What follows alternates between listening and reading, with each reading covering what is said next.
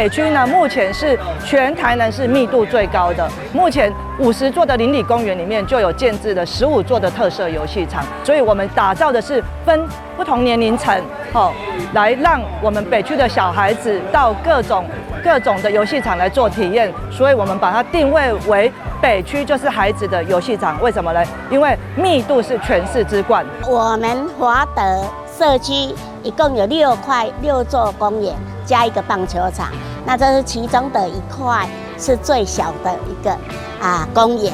居民每天都来这里跑步啦、运动啦，然后就是我发现的器材有一点比较少，那么于是我们就创立了这个南百的渔网，它是想说要以前纪念渔翁，代表着是说他们会怀念以前抓鱼的时候。下课的时候或者刚好有空的时候，我们可以带小朋友过来玩，或者下课的时候家长也可以带着小朋友一起过来运动，然后多攀爬，做不同样的伸展运动，这样子对他们的整个感觉统合或者大肢体的活动运动，其实对孩子来讲都很大的帮助。掌握市政3分钟，台南进步向前冲。华德公园是北区目前为止50个邻里公园中间的一个。那陆陆续续公所已经在许多邻里公园争取到中央的补助，加上地方的配合款，来做出一些特色游具，然后把一些邻里公园优化成为特色公园。而且不仅是如此，也有鉴于有一些特色公园原先做的譬如说缺乏遮阳设施或者缺乏一些安全设施，我们都加以优化、加以安全化，让这个特色公园不管是有太阳的时候或者没有太阳的时候都可以使用，而不是大家只能说平常阴天可以用，那出大太阳的话就不能用。那所以说，我们把这个特色游具可以变成全龄化、全时化，让大家都可以来。那未来呢，我们将这些特色公园也可以加以，譬如说夜间的照明或者是安全设施监视器把它做好，那让家长在下班的时候5、6点、6、7点，甚至7、8点的时候，还可以带小朋友一起来特色公园玩，让特色公园发挥更大的功能。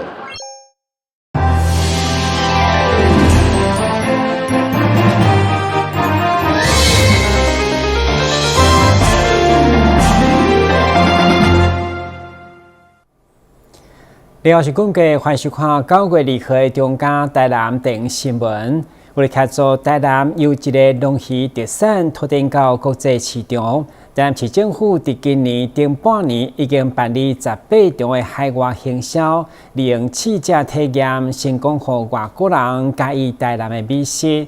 无论日本、韩国，或者是新加坡，拢创下销售纪录。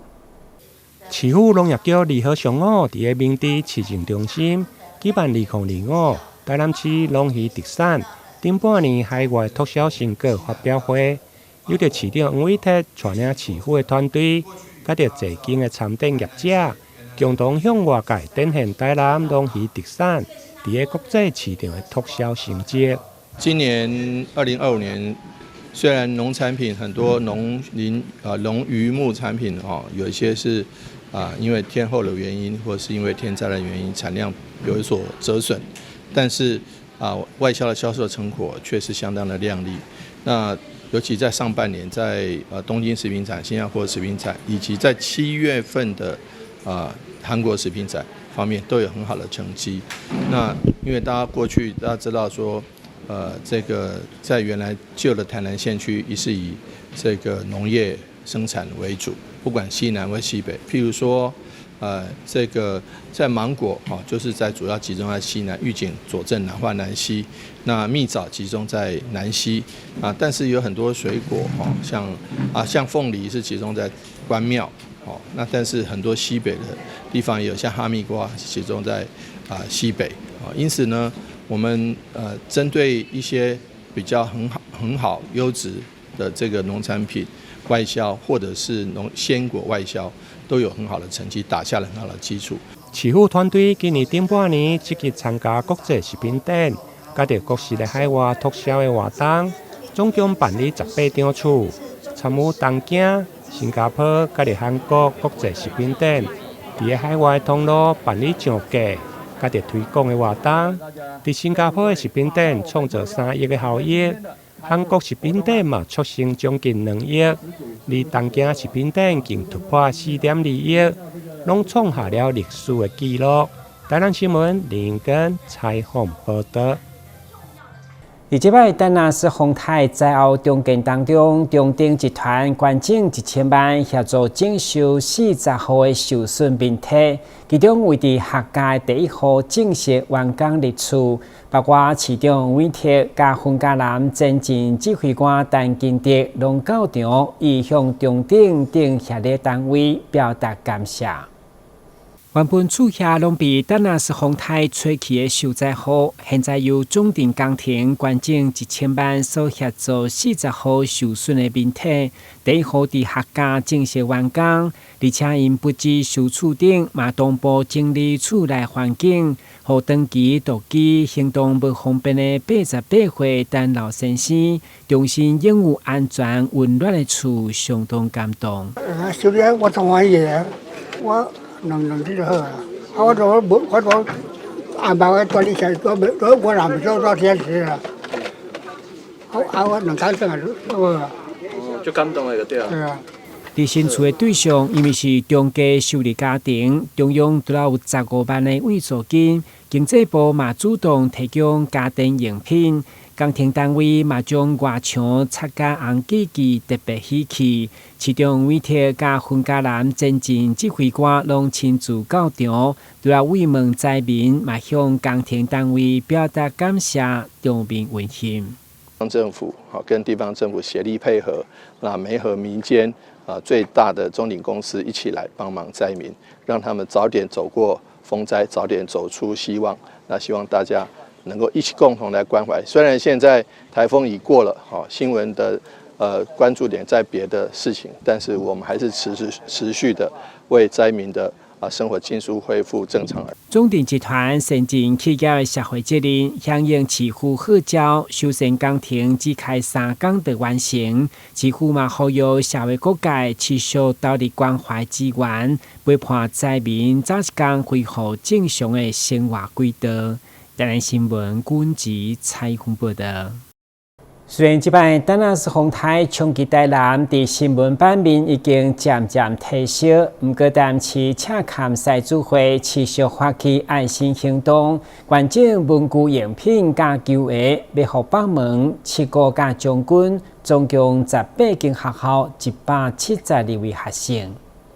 即届风灾甲着大雨，造成台南沿海地区，包括七股、北门甲着将军严重来受创。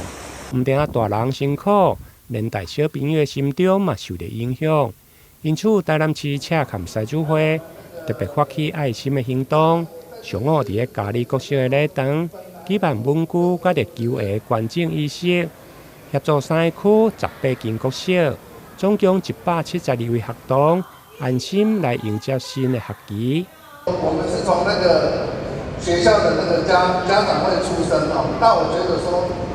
这一次受灾的小朋友，我是觉得说他们家庭里面有受损，所以我觉得这一块是给小朋友一点点小的心意我们只有一个想法，就是说让小朋友感受到社会上很多社法还有中间的力量，对他们一点小的方法。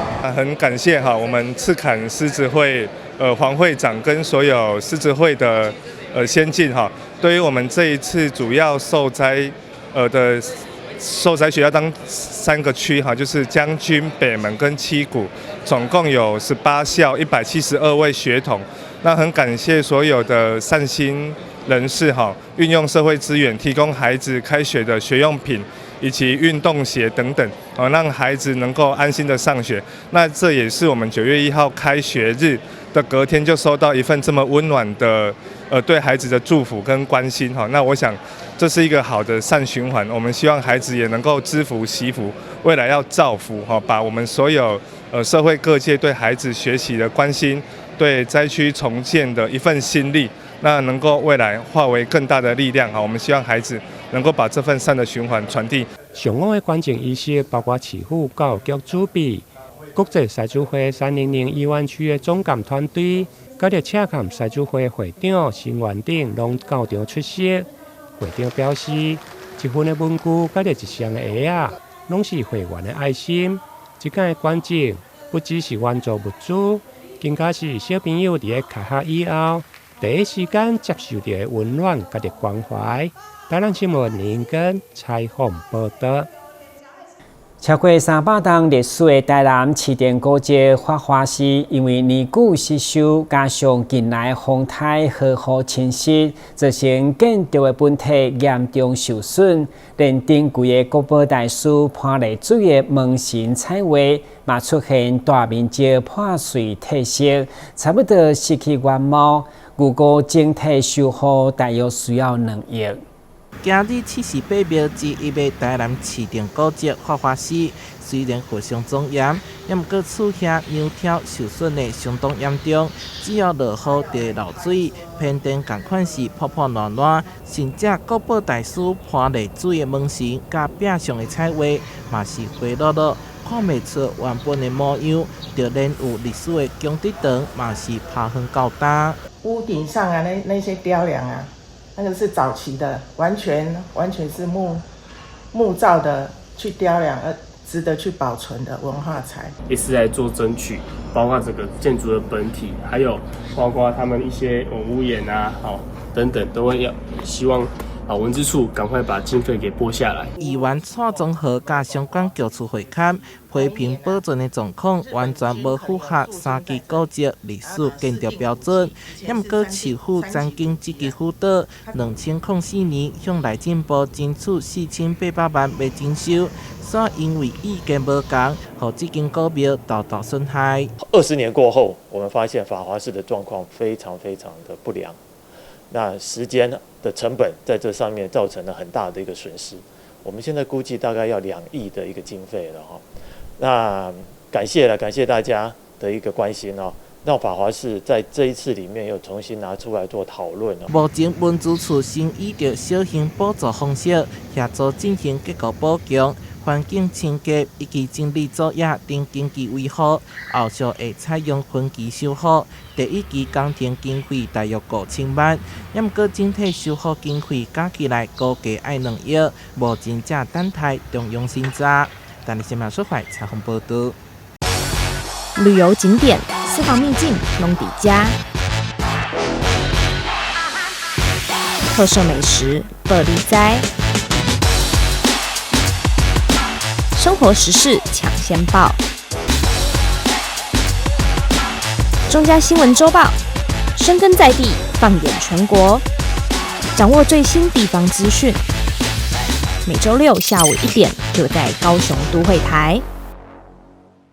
今日一度台南青鱼产业文化节今年定9月27日，特别伫将军渔港登场。到时活动有鱼苗放流、渔港净化、渔船的技艺以及渔产料理等等，好食、好买、佮好耍，非常适合全家大细做回来。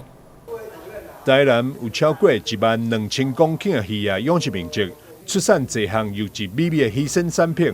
产值将近200亿，而且唔那是量大，品质更是优良。台南的渔业产品伫长期进程，会进行药物残留测验，民众食安有保障。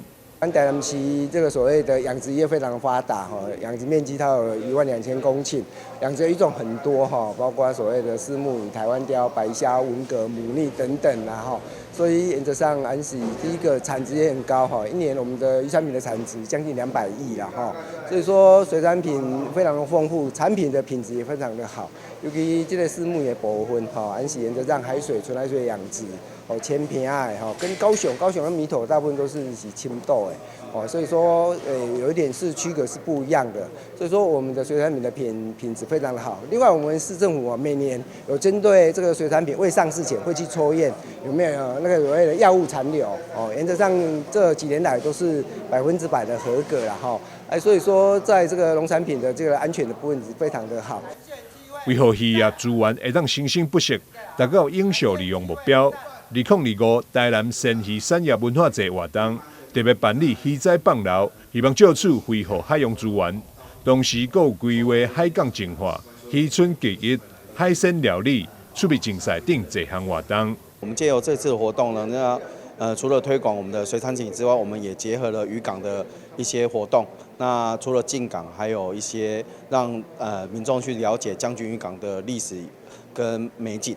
那这个活动我们这次还配合了那个台南市卫生局去做了帮渔民一些健检，那有口腔癌跟那个大肠癌的一些筛检，还有我们集美跟成大医生会来驻点检查。那最主要是我们这一次活动有包含了一些食鱼教育的内容在里面，所以希望大家能来参加我们这个精心举办的活动。9月27日，在将军渔港登场2025台南鲜鱼产业文化节，现场好买又阁好耍，适合全家大小做伙来。另外，主办单位为了行销台南的美味海产，这道市价大约6000块的海鲜料理，现在只要4200块就当享用到。欢迎拨卡渔会订购专线06-723-5483来预定。台南新闻张世伟采访报道。迈入第7档的台南台语月，今年以台语历史作为主题，象征要将语言文化早入咱的日常生活。同时也特别以北仙菜为灵感，规划互动闯关游戏，会当来收集新名。如何透过启动仪式，嘛要展现市府推广母语的决心。台南台语月系列活动如何起果？今年主题是台语日出，以咱的话带伫生活内为口号，象征台语不只是课本顶悬的文字，是爱真正成为日常语言。日出呢，总会有柴米油盐酱醋茶。那怎么把这些生活上面常见的用品融入到台语月的一个活动？那透过一些互动的小游戏，让民众呢更可以很轻松的来学习台语。那我觉得我好像是最需要学习的那一个。活动上大的亮点是这张北仙菜，结合册店、菜市仔、土地公庙等10位无同的空间，规划闯关活动，民众扫 QR code 看电影片、耍小游戏，收集12新名档案，体验市景巷弄当中的台语文化。每一个地点有剧情片，那个剧情其实是一个阿嬷带着孙女要去办立储的，要去准备立储的所有的过程。然后这2个旅游史结束过后，其实会有一个问题来请教来参与游戏的市民朋友们。此外，还有一个展演节目跟相关活动。重头戏是9月20日，伫高雄登场的台语游乐园，由在地台语家庭共同策划，强调台语要对客厅传导互动，落实世代共学、代代传传，希望号召亲子开嘴讲台语。文化局表示，保存母语唔单是文化传承的责任，更加是生活当中应当实践的行动。台南新闻社会采访报道。台南市卫生局选择目前台南人口第2济安南区，将旧安顺派出所补强整修，成立第5处的社区心理卫生中心，而且扩大服务到7个行政区，大约有35万人。伊台透过里长伫社区找到有需要心理咨询、职能治疗民众，由专职的团队来提供服务。台南市第5处社区心理卫生中心伫安南区甲牌成立，所在地真正是旧安顺派出所，由政府出钱将老旧空间活化利用。这座心卫中心的成立，嘛代表市府对市民的心理健康服务迈向新的里程碑。服务范围包括7个行政区，照顾大约35万人口。建筑物是现成的，地点是现成的，但是经过我们耐震补强，以及把这个派出所给活化，变成我们的心卫中心非常非常好。人口第2大的行政区，能够提供这样的一个心理卫生、社区心理卫生的服务，我相信一定造福市民很多。也期待接下来发挥的功能，能够让台南市更健康，大家更快乐，然后更不欢乐。这座中心不只是整合医疗甲心理卫生资源的推动基地，嘛是社区心灵支持的重要据点。未来希望透过甲里长合作，伫地方发展有需要的市民。独老或者是我们这要老互相照顾的这些脆弱家庭呢，也是我们服务的对象。所以我们也很欢迎我们的里长或者我们的民意代表，在发现我们的社区、我们的民众有任何的心理卫生的问题，那也可以走进来跟我们反映，那我们就会来提供民众最适当的服务，希望我们的社区越来越健康。市府嘛同步启动心理相连计划，配合预定伫115年将设立7个社区心理卫生中心，由专业团队进入社区提供心理咨询、智能治疗甲社工服务，希望建立更加安全的社会安全网。台南新闻军集采访报道。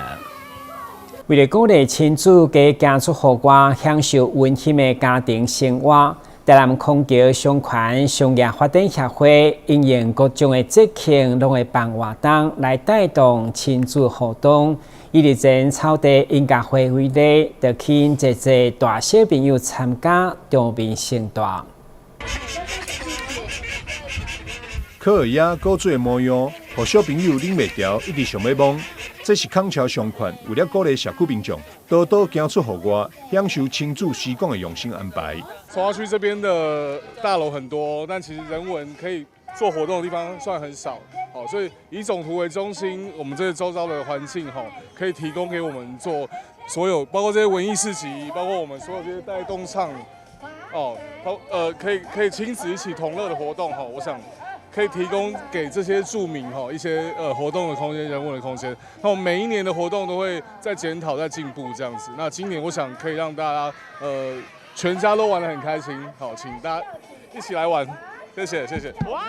除了科尔雅，布袋演出嘛同款精彩。有小朋友上喜的快乐故事岛 Happy 姐姐的带动唱定制作艺文团体演出，周边还有规划文艺市集，包含食的、冷的、耍的、用的，应有尽有。理事长李伟佑欢迎喜爱亲子活动的朋友，会当到台南市康桥商圈脸书粉丝团查询活动资讯。台南新闻张世伟采访报道。感谢收看9月2号的中嘉台南电新闻，我是顾家，咱再会。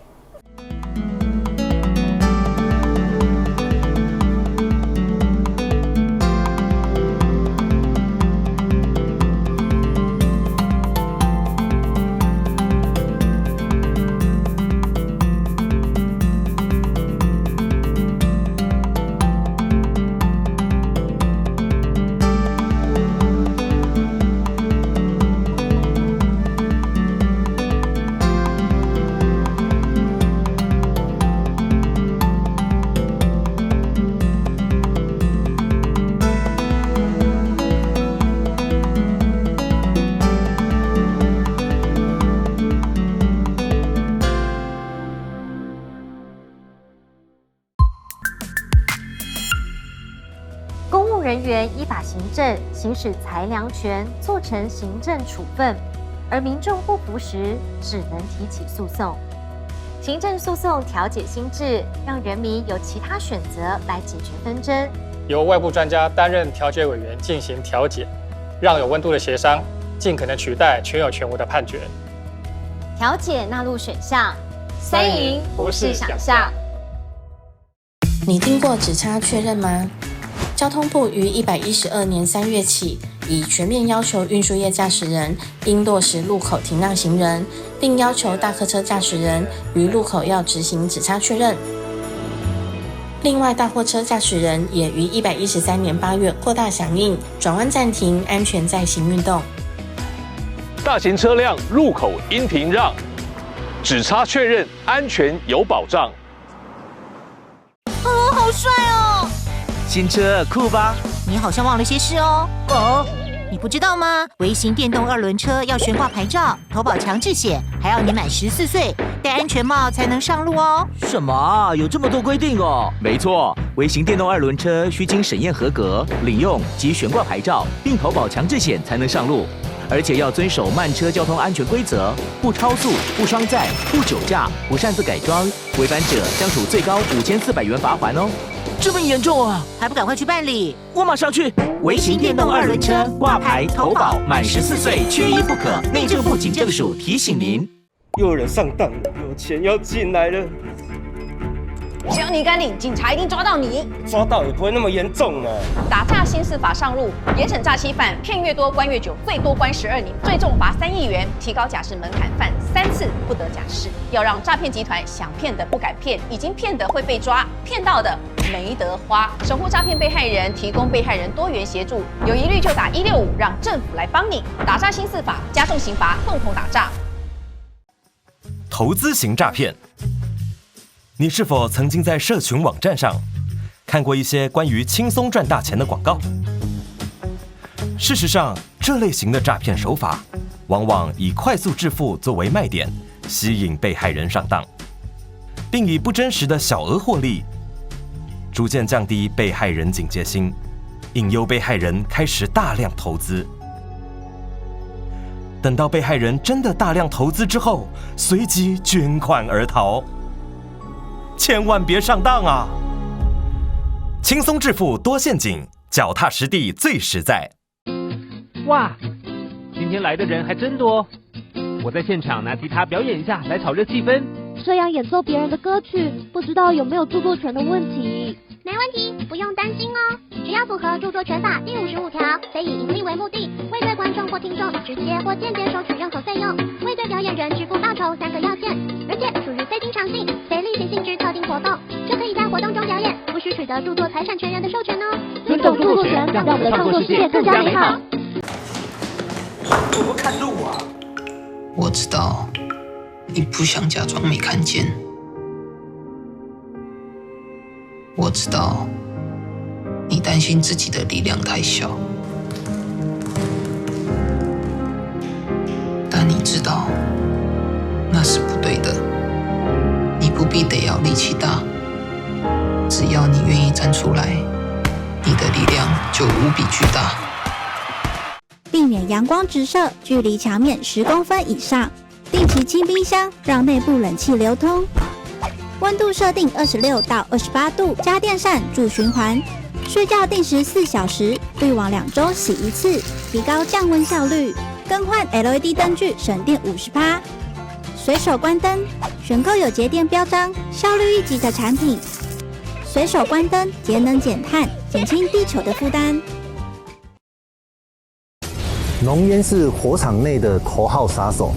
我们用1:1打造居家的实验屋，用2间房间来做对比的实验，一间门是开着，一间关上门。